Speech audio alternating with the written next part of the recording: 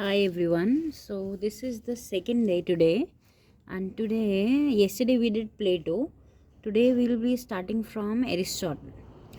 Aristotle, also called the Stagirite, Aristotle, the peripatetic philosopher, established in 335 the Lyceum, a gymnasium sacred to Apollo, and directed it for 13 years. The academy was devoted to all the available forms of knowledge: mathematics, speculative and political philosophy, biological sciences, and the arts. On a modest estimate, his writings run to 400 volumes. This was Aristotle. He spent some 20 invaluable years under the tutelage of Plato before establishing his own academy. So he took, we can say, 20 years of observation. He has learned many things and then he came into the writing. Never again can there be such an instance of a brilliant student guided by an incomparable teacher. We, in India, know him as the tutor of Alexander the Great, who almost conquered northwestern India way back in 326 BC. So, Alexander, most of the time, yes, we know Aristotle as a tutor to Alexander the Great, but now, being a literature student, we know it's much more to learn about Aristotle. Aristotle was an academic, a man of letters, a naturalist, and, in the words of Eliot, a perfect critic. Aristotle owed his philosophical career to his great master Plato. Like yesterday, also we have learned that we got to know about Plato, that he was the man who from whose work the theory started. So yes, Aristotle was very much influenced by Plato. He addresses he addresses many problems that Plato addressed, but in many cases he shows his radical departure from Plato, whose name is not even mentioned in his famous treatise Poetics, the most valuable document in the history of Western criticism. Interpreters of Aristotle use the term achromatic with reference to his works, by which is meant that each work of his cannot be completely understood without the aid of his other works. Knowledge without, alright. So, his works, most of the time, the interpreters have said they are all interrelated, because he used to introduce one concept in one book and it would be relatable to others. So these were the theories of Aristotle. Knowledge of his ethics, metaphysics, rhetoric, for example, would throw greater light on poetics. Aristotle dismisses Plato's view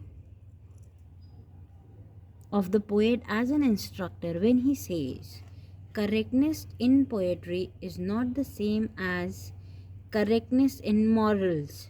Not yet, it is the same as correctness in any other art. So, as we know, Aristotle was majorly influenced by Plato, but when he started writing, he had different point of views. He had his own sayings, his own view towards poetry and his theories. So he believed that correctness in poetry is not the same thing as correctness in morals. Yes, sometimes we do write or we do say things that we don't believe or that we don't ourselves pursue. So that is what he is saying. Rhetoric and Poetics contain the literary criticism of Aristotle, and both works are his lecture notes. Rhetoric and Poetics contain the literary criticism of Aristotle. Okay, alright, and both works are his lecture notes. Many of his concepts are still being discussed and reinterpreted as its literature. I think it will be reinterpreted again and again. Even if we read it, though for writing in our lectures, in our exams, we can have a certain point of view, but other than that, we can have different point of views on everyone's writing. We can relate to our thinking, our point of view, our life. So yeah, to suit the present day, yes, exactly, the present day needs of literary critics. He seems to be more modern than most modern critics. His insights into the artistic phenomena, the argument, and the sheer power of impeccable logic in which these are put forward make the treatise a veritable delight in the art of sustained philosophical inquiry. Unfortunately, we are not in possession of the original text of Poetics. Alright, we're having the translated one. But there are a few manuscripts belonging to different centuries which are available in translations. There is a 11th century translation that is perhaps the earliest and the most important. This is the primary source for all later translations.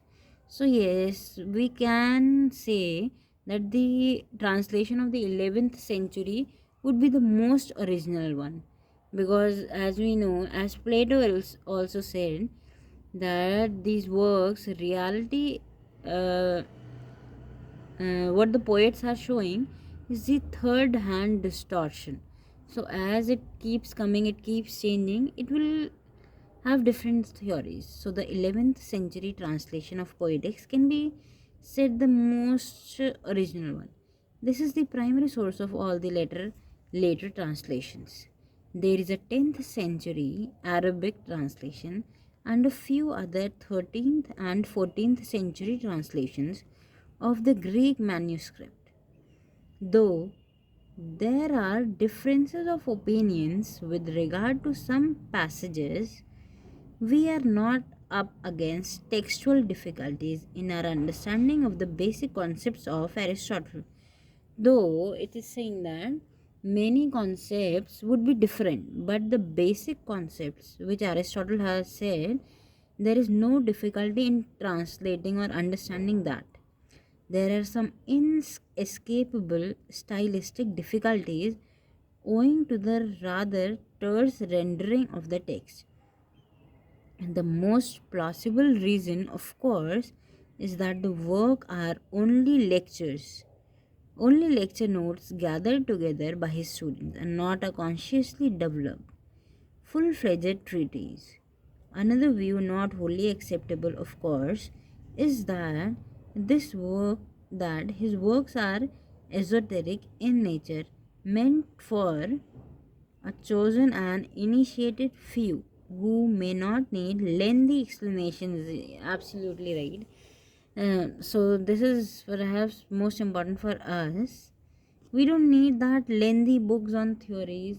What we mostly prefer is short, whatever is in short. Said apart from the Bible, no other work has appeared in more editions than Poetics.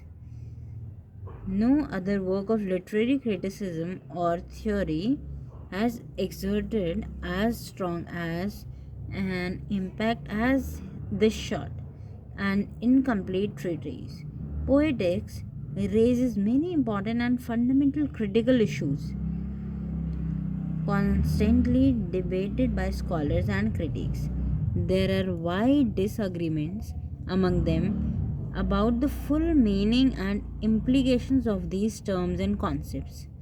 However, there is a close argument that rigorously controls the key concepts. Yes, like earlier also we read it in the above para only, that there are many different translations and the different meanings of one text, but whatever the concepts are, that holds the same meaning for everyone. Four of them deserve our special attention, and these are mimesis, catharsis, hamartia, and spondies. Days. Alright, thank you. So, we'll be starting with the concepts tomorrow because Aristotle is seriously a lengthy topic and we'll be doing it nicely. I'll be reading it nicely. So, yeah, thank you for now. And I am again telling that this channel, I am my main motto here is to read the text. If it helps you, then it's good, but I would say this is majorly for my own interest and to be more punctual and I would say consistent in my work, because I am doing it since very long but I haven't been consistent. So maybe this could be a reason that I will do it. So yeah, thank you. If it helps you, please like.